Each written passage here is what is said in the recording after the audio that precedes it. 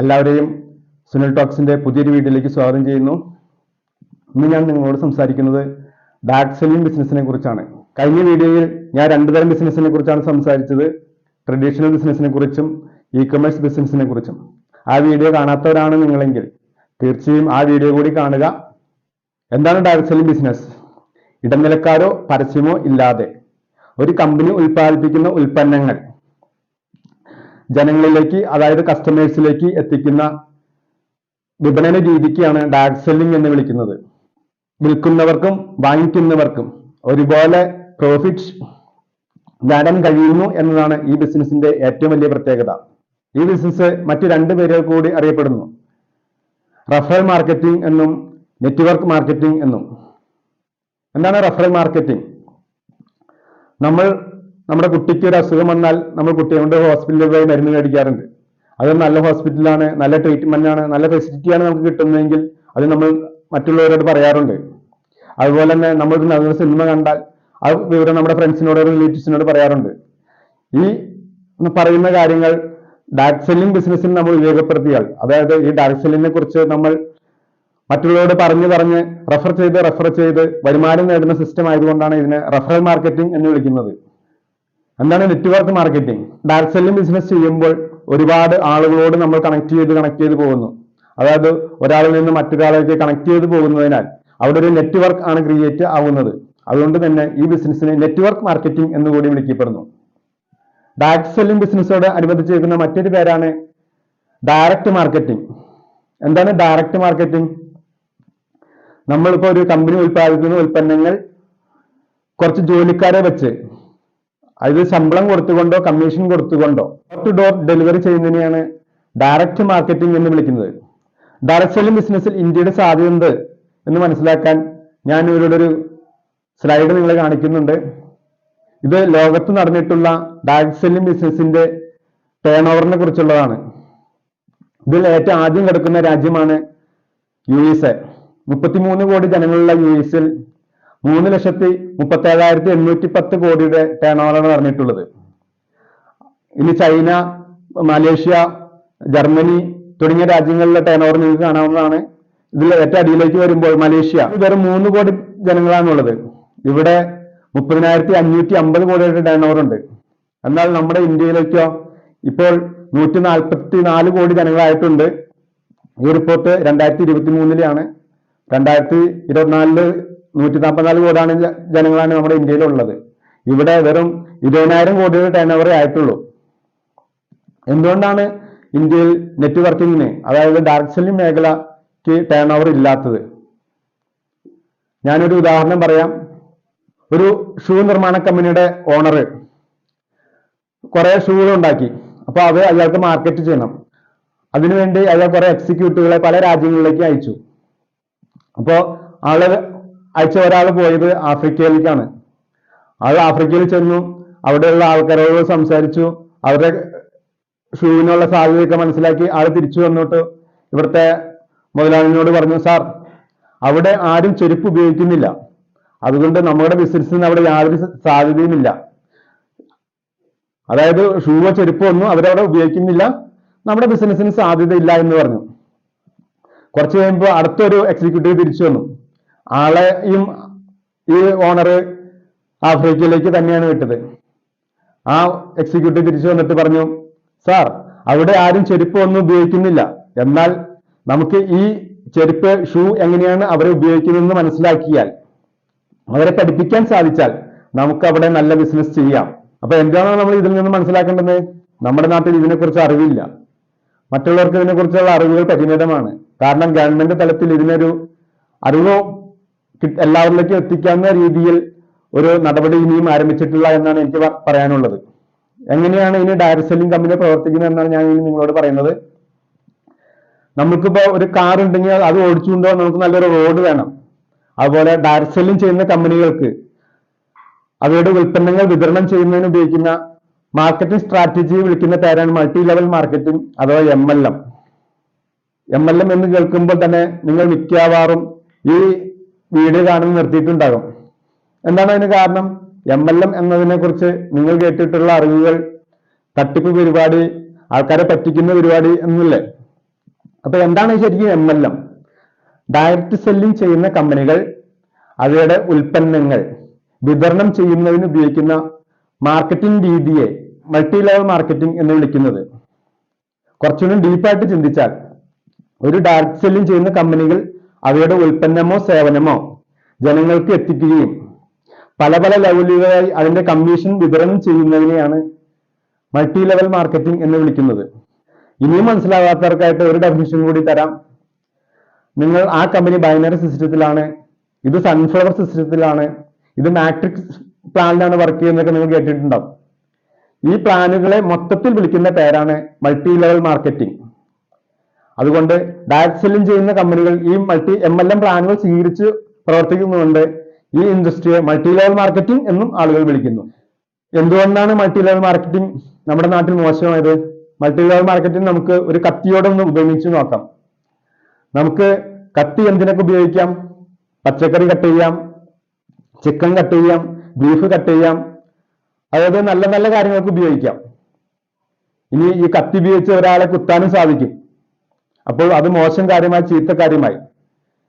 ഇങ്ങനെ direct selling ചെയ്യുന്ന കമ്പനികൾ ഈ മൾട്ടി ലെവൽ മാർക്കറ്റിംഗ് എന്ന സിസ്റ്റത്തെ മോശം കാര്യങ്ങൾക്ക് ഉപയോഗിച്ചത് കൊണ്ടാണ് നമ്മുടെ നാട്ടിൽ ഇന്ന് ഈ ഇൻഡസ്ട്രി ഇത്രയും മോശമായിട്ട് കിടക്കുന്നത്. ഇത്രയും നേരം നിങ്ങൾ കേട്ടിരുന്നപ്പോൾ നിങ്ങൾ ചിന്തിക്കുന്നുണ്ടാവും, മണി ചെയിനെ കുറിച്ചൊന്നും പറഞ്ഞില്ലല്ലോ. എന്താണ് മണി ചെയിൻ? ഇപ്പോൾ ഡയറക്റ്റ് സെല്ലിംഗ് ചെയ്യുന്ന കമ്പനികൾക്ക് എല്ലാ ഉൽപ്പന്നങ്ങളും അതിലൂടെ വിൽക്കാൻ സാധിക്കുമോ? ഇപ്പൊ ഗവൺമെന്റ് ഇതിനൊരു ലിസ്റ്റ് പ്രഖ്യാപിക്കാൻ പോവാണ്. നമ്മുടെ നാട്ടിൽ കഞ്ചാവ് പലരും ഉപയോഗിക്കുന്നുണ്ട്, MDMA ഉപയോഗിക്കുന്നുണ്ട്. ഇതൊക്കെ നിയമപ്രദമായി ചെയ്യുന്ന കാര്യങ്ങളാണോ? അല്ലല്ലേ. അതുപോലെ നമുക്ക് കുറച്ച് ഉൽപ്പന്നങ്ങളാണ് ഡയറക്റ്റ് സെല്ലിലൂടെ ചെയ്യാൻ പറ്റുള്ളൂ. ഇങ്ങനെ ചെയ്യാൻ പറ്റാത്തതും ചെയ്യാവുന്ന ഉൽപ്പന്നങ്ങളുണ്ട്. അതിൽ ഒരു ഉൽപ്പന്നമാണ് മണി എന്ന് പറയുന്നത്. ഇവിടെ ഒരു ഉൽപ്പന്നത്തിന്റെ വിൽപ്പനയിലൂടെയാണ് ഡയറക്റ്റ് സെല്ലിംഗ് ചെയ്യുന്ന കമ്പനികൾ പ്രവർത്തിക്കേണ്ടത്. ഈ ഉൽപ്പന്നത്തിന് വിൽപ്പനയാണെന്നും പറഞ്ഞ് വരുന്ന കമ്പനികൾ ഉൽപ്പന്നത്തിന് വിൽപ്പന നടത്താതെ മണി മാത്രം സർക്കുലേറ്റ് ചെയ്യുന്നതുകൊണ്ടാണ് മണി ചെയിൻ എന്ന് പേര് വരുന്നത്. എന്താണ് അതിന്റെ ഒരു ഡെഫിനിഷൻ? ഉൽപ്പന്നങ്ങളോ സേവനങ്ങളോ ഇല്ലാതെ, ഗവൺമെന്റിന്റെ പെർമിഷൻ ഇല്ലാതെ മണി മാത്രം സർക്കുലർ ചെയ്യുന്ന സിസ്റ്റത്തെയാണ് മണി ചെയിൻ എന്ന് വിളിക്കുന്നത്. നമ്മുടെ ഇന്ത്യയിൽ, നമ്മുടെ കേരളത്തിൽ ആദ്യമായിട്ട് ഒരു മണി ചെയിൻ ചെയ്യുന്ന ഒരു കമ്പനിയെ ഗവൺമെന്റ് നിയമം അനുശാസിക്കുന്ന വിധത്തിൽ അവരുടെ സ്വത്തുക്കൾ കണ്ടുകെട്ടുന്ന നിലയിൽ വരെ എത്തി നിൽക്കുകയാണ്. ഇവിടെ നമ്മൾ മനസ്സിലാക്കേണ്ട കാര്യമാണ്, MLM ആണോ നമ്മുടെ ഈ സിസ്റ്റത്തെ മോശമാക്കിയത്, അതോ കമ്പനികളാണോ? തീർച്ചയായിട്ടും നമുക്ക് എല്ലാ കമ്പനികളാണ് MLM ഇൻഡസ്ട്രിയെ മോശമാക്കിയത്. അപ്പോൾ എത്തിക്സ് ആയിട്ട് നല്ല രീതിയിൽ പ്രവർത്തിക്കുന്ന ഒരു കമ്പനി ചൂസ് ചെയ്തുകൊണ്ട് നമുക്കിതിൽ നല്ല രീതിയിൽ വരുമാനം ഉണ്ടാക്കാൻ സാധിക്കുന്നതാണ്. ചെമ്മണ്ണൂർ ഇന്റർനാഷണൽ ഗ്രൂപ്പിന്റെ കൊമേഴ്സ് സംരംഭമായ FijiCart.com ഇന്ത്യയിലും പ്രവർത്തനം തുടങ്ങി. എറണാകുളം അങ്കമാലിയിൽ സംഘടിപ്പിച്ച ചടങ്ങിൽ സംസ്ഥാന ഭക്ഷ്യമന്ത്രി P. തിലോത്തമൻ ഔദ്യോഗിക ഉദ്ഘാടനം നിർവഹിച്ചു. ചലച്ചിത്ര താരം തമന്ന FijiCart വെബ്സൈറ്റ് പരിചയപ്പെടുത്തി. ഡയറക്ട് മാർക്കറ്റിംഗും കൊമേഴ്സും സംയോജിപ്പിച്ചാണ് FijiCart.comന്റെ പ്രവർത്തനം. 2016 ദുബായിൽ പ്രവർത്തനം തുടങ്ങിയ FijiCart വാണിജ്യ ശൃംഖല വിപുലീകരിക്കുന്നതിന്റെ ഭാഗമായാണ് ഇന്ത്യയിലേക്കും പ്രവർത്തനം വ്യാപിപ്പിച്ചത്. ഓൺലൈൻ പ്ലാറ്റ്ഫോമിനുള്ളിൽ തന്നെ സൗജന്യമായി പാർട്ട്ണർ സ്റ്റോറുകൾ തുടങ്ങി ആർക്കും വ്യാപാരം നടത്താനും ലാഭവിഹിതം നേടാനും അവസരമൊരുക്കുന്നതാണ് FijiCartന്റെ വാഗ്ദാനം. UAEയിൽ ഇത്തരത്തിൽ പ്രവർത്തിക്കുന്ന 20,000 പാർട്ട്ണർ സ്റ്റോറുകളുണ്ട്. ചെമ്മണ്ണൂർ ഇന്റർനാഷണൽ ഗ്രൂപ്പ് CMD ആയ ബോബി ചെമ്മണ്ണൂരാണ് FijiCartന്റെയും ചെയർമാൻ. ഡയറക്റ്റ് സെല്ലിംഗ് മേഖലയിൽ പ്രവർത്തിക്കാൻ താല്പര്യമുള്ളവരാണ് നിങ്ങളെങ്കിൽ ഞാൻ അഭിമാനപൂർവ്വം നിങ്ങൾക്ക് വേണ്ടി സജസ്റ്റ് ചെയ്യുന്നു ഞാൻ പ്രവർത്തിക്കുന്ന FijiCart ഇ-കൊമേഴ്സ് പ്രൈവറ്റ് ലിമിറ്റഡ് എന്ന കമ്പനി. എന്താണ് ഇതിന്റെ പ്രത്യേകത? 160 വർഷത്തെ ബിസിനസ് പാരമ്പര്യമുള്ള, നെറ്റ്വർക്ക് മാർക്കറ്റിംഗിനെ ഒരു പാഷനായിട്ട് കാണുന്ന ബോബി ചെമ്മണ്ണൂർ എന്ന വ്യക്തിത്വമാണ് FijiCartനെ നയിക്കുന്നത് എന്ന് തന്നെയാണ് ഏറ്റവും പ്രധാനപ്പെട്ട കാര്യം. നമ്മുടെ വീട്ടിലേക്ക് ആവശ്യമുള്ള A to Z പ്രൊഡക്റ്റുകൾ നൽകാൻ കഴിയുന്ന ഇന്ന് 5000-ലധികം ഉൽപ്പന്നങ്ങളുള്ള ഒരു ഡയറക്റ്റ് സെല്ലിംഗ് കമ്പനിയാണ് FijiCart ഇ-കൊമേഴ്സ് പ്രൈവറ്റ് ലിമിറ്റഡ്. എന്താണ് FijiCartൽ നടക്കുന്നത് എന്നുള്ള ഒരു വ്യക്തമായ ഒരു ക്ലാരിറ്റി നിങ്ങൾക്ക് തന്നുകൊണ്ട് ഞാൻ ഈ വീഡിയോ അവസാനിപ്പിക്കാം. ഈ വീഡിയോ നിങ്ങൾ മുഴുവനായിട്ട് കാണുക. എന്താണ് FijiCartൽ നടക്കുന്നത്? ഉൽപ്പന്നത്തിന്റെ വിപണനമാണ് FijiCartൽ കൂടി നടക്കുന്നത്. അപ്പോൾ അതിനകത്തുള്ള ഒരു ഉൽപ്പന്നമാണ് നോനി ടൂത്ത് പേസ്റ്റ്. ഈ ഉൽപ്പന്നത്തിന്റെ വില വരുന്നത് 240 രൂപയാണ്. അതിന്റെ മാനുഫാക്ചറിംഗ് കോസ്റ്റ് ആയിട്ട് വരുന്നത് 105 രൂപ. ഈ ഉൽപ്പന്നം ഈ കമ്പനി വിൽക്കുമ്പോൾ കമ്പനിക്ക് കിട്ടുന്ന പ്രോഫിറ്റ് ആണ്. അതായത് 240 മൈനസ് 105, 135 രൂപയാണ് ഈ കമ്പനിയുടെ പ്രോഫിറ്റ് ആയിട്ട് ആ ഒരു ഉൽപ്പന്നം വിൽക്കുമ്പോൾ കമ്പനിക്ക് ലഭിക്കുക. അതിൽ പാർട്ട്നേഴ്സ് ആയിട്ട് വരുന്നവർക്ക് കൊടുക്കുന്ന വീതമാണ് 42% കൊടുക്കുന്നു. ഇപ്പൊ ഈ പ്രൊഡക്റ്റിന്റെ 42% എന്ന് പറയുമ്പോൾ 56 രൂപ 70 പൈസ ഇതിലെ പാർട്ട്നേഴ്സിന് വിതരണം ചെയ്യുന്നു. 58% 78 രൂപ 30 പൈസ കമ്പനിയുടെ അക്കൗണ്ടിലേക്ക് പോകുന്നു. അപ്പോൾ ഈ കമ്പനി ലാഭത്തിലാണ് പ്രവർത്തിക്കുക. തീർച്ചയായും ലാഭത്തിൽ പ്രവർത്തിക്കുന്ന ഒരു കമ്പനിയാണ് ഫിജികാർട്ട് ഇ-കൊമേഴ്സ് പ്രൈവറ്റ് ലിമിറ്റഡ്.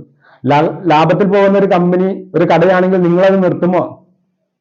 ഇല്ലല്ലോ. അപ്പൊ ഇതുപോലെ ഫിജികാർട്ട് നിർത്താൻ പോകുന്ന, പൊട്ടാൻ പോകുന്ന ഒരു കമ്പനി അല്ല എന്ന് ആദ്യം മനസ്സിലാക്കുക. എന്തുകൊണ്ടാണ് ഇനി ഫിജികാർട്ടിൽ വർക്ക് ചെയ്യുന്നവരെ പാർട്ട്നേഴ്സ് എന്ന് വിളിക്കുന്നത് എന്നുള്ള ഒരു ഉത്തരം കൂടി ഞാൻ തരാം. ഈ കമ്പനിയിൽ നടക്കുന്ന ലാഭത്തിന്റെ, പ്രോഫിറ്റിന്റെ വിഹിതം കൊടുക്കുന്നത് കൊണ്ടാണ് ഗോപി ചെമ്മണ്ണൂരിന്റെ പാർട്ട്നേഴ്സ് എന്ന് പറയുന്നത്. മൾട്ടി ലെവൽ മാർക്കറ്റിംഗിലെ ഹൈബ്രിഡ് പ്ലാൻ അനുസരിച്ച് പ്രവർത്തിക്കുന്ന ഒരു കമ്പനിയാണ് ഫിജികാർട്ട് ഇ-കൊമേഴ്സ് പ്രൈവറ്റ് ലിമിറ്റഡ്. ഇതിലെ ബിസിനസ് എക്സ്പാൻഷൻ ബോണസ് പ്രവർത്തിക്കുന്നത് ബൈനറി സിസ്റ്റത്തിലാണ്. അതായത് ഇവിടെ 2 ഓർഗനൈസേഷനാണ് ഉള്ളത്. ഒരു ലെഫ്റ്റ് ഓർഗനൈസേഷനും ഒരു റൈറ്റ് ഓർഗനൈസേഷനും. ലെഫ്റ്റ് ഓർഗനൈസേഷനിൽ ഒരാൾ 240 രൂപയുടെ ഈ ഒരു പേസ്റ്റ് വാങ്ങിക്കുമ്പോഴും റൈറ്റ് ഓർഗനൈസേഷനിൽ ഒരാൾ 240 രൂപയുടെ ഒരു പേസ്റ്റ് വാങ്ങിക്കുമ്പോഴും ആണ് സെയിൽസ് വോളിയം മാച്ച് ആവുകയുള്ളൂ. അതായത് ഒരു സെയിൽസ് വോളിയം മാച്ചായി 20 രൂപ കിട്ടുകയുള്ളൂ. ഡയറക്ട് സെല്ലിംഗ് ബിസിനസിന്റെ ഏറ്റവും വലിയ പ്രത്യേകത ഡയറക്ട് സെയിൽസിനും ഇൻഡയറക്ട് സെയിൽസിനും ഒരുപോലെ കമ്മീഷൻ കിട്ടുന്നു എന്നുള്ളതാണ്. 240 പ്ലസ് 240 480 രൂപയുടെ ഉൽപ്പന്നം വിൽക്കുമ്പോഴാണ് ഒരാൾക്ക് 20 രൂപ കമ്പനി കൊടുക്കുന്നത്. അപ്പോൾ നിങ്ങൾ ചിന്തിക്കുന്നത് 480 കൊടുക്കുമ്പോഴാണ് എനിക്ക് 20 രൂപ കിട്ടുന്നുള്ളൂ എന്നായിരിക്കും. നിങ്ങൾ മനസ്സിലാക്കുക, നമ്മൾ സാധാരണ ഒരു ജംഗ്ഷനിൽ ഒരു ആൾ കട മാത്രം ഉള്ളപ്പോൾ ആ കടയിൽ നിന്ന് ചെലവാകുന്നതിന്റെ എല്ലാ വരുമാനം ആ കടക്കാരന് കിട്ടും. എന്നാൽ ആ ജംഗ്ഷനിൽ അടുത്ത ഒരു കടയോ 2 കടയോ വരുമ്പോൾ അവിടെ ആ ആദ്യത്തെ കടക്കാരന് വരുമാനം കുറയുകയാണ് ചെയ്യുന്നത്. എന്നാൽ നെറ്റ്വർക്ക് മാർക്കറ്റിംഗ് നമ്മുടെ ട്രീ വളരുന്നതിനനുസരിച്ച് വരുമാനം കൂടുകയാണ് ചെയ്യുന്നത്. നെറ്റ്വർക്ക് മാർക്കറ്റിംഗ് നമ്മുടെ പാർട്ട്നേഴ്സ് കൂടുന്നതിനനുസരിച്ചാണ് വരുമാനം കൂടുക. 1-2 പേര് വന്നാൽ നമുക്ക് കാര്യമായ ഇൻകം ജനറേറ്റ് ചെയ്യാൻ കഴിയില്ല എന്നെല്ലാവരും മനസ്സിലാക്കുക. ഞാൻ എന്തിനാണ് ഇതൊക്കെ പറഞ്ഞതെന്ന് വെച്ചാൽ, എൻ്റെ അമ്മയുടെ അടുത്ത് തന്നെ ഒരു വിസ്മയ ന്യൂസിലെ ഒരു വീഡിയോ, യൂട്യൂബിലൂടെ പ്രചരിക്കുന്ന വീഡിയോ ആണ്, വന്നിട്ട് പറഞ്ഞു ഇത് കണ്ടോ, ഇത് തട്ടിപ്പ് പരിപാടിയാണെന്നും പറഞ്ഞു. അപ്പൊ അവർക്ക് കാര്യങ്ങൾ മനസ്സിലാക്കാനും ഫിജികാർട്ടിനെ എതിർക്കുന്നവർക്ക് മനസ്സിലാക്കാനും വേണ്ടിയാണ് ഞാൻ ഇപ്പോൾ ഈ ക്ലാരിറ്റി മാത്രം നിങ്ങൾക്ക് നൽകുന്നത്. ഇനി നിങ്ങൾക്ക് എന്തെങ്കിലും സംശയമോ അസോസിയേറ്റ് ചെയ്യാനോ താല്പര്യമുണ്ടെങ്കിൽ ഞാൻ ഇതിൽ നിന്ന് മുകളിൽ നമ്പർ കൊടുത്തിട്ടുണ്ട്, ആ നമ്പറിൽ നിന്ന് വിളിക്കാവുന്നതാണ്. ഈ വീഡിയോ ഇഷ്ടമായിട്ടുണ്ടെങ്കിൽ നിങ്ങൾ ലൈക്ക് ചെയ്യുക, ഷെയർ ചെയ്യുക. അടുത്ത നല്ലൊരു വീഡിയോ വരുന്നവരെ നന്ദി, നമസ്കാരം.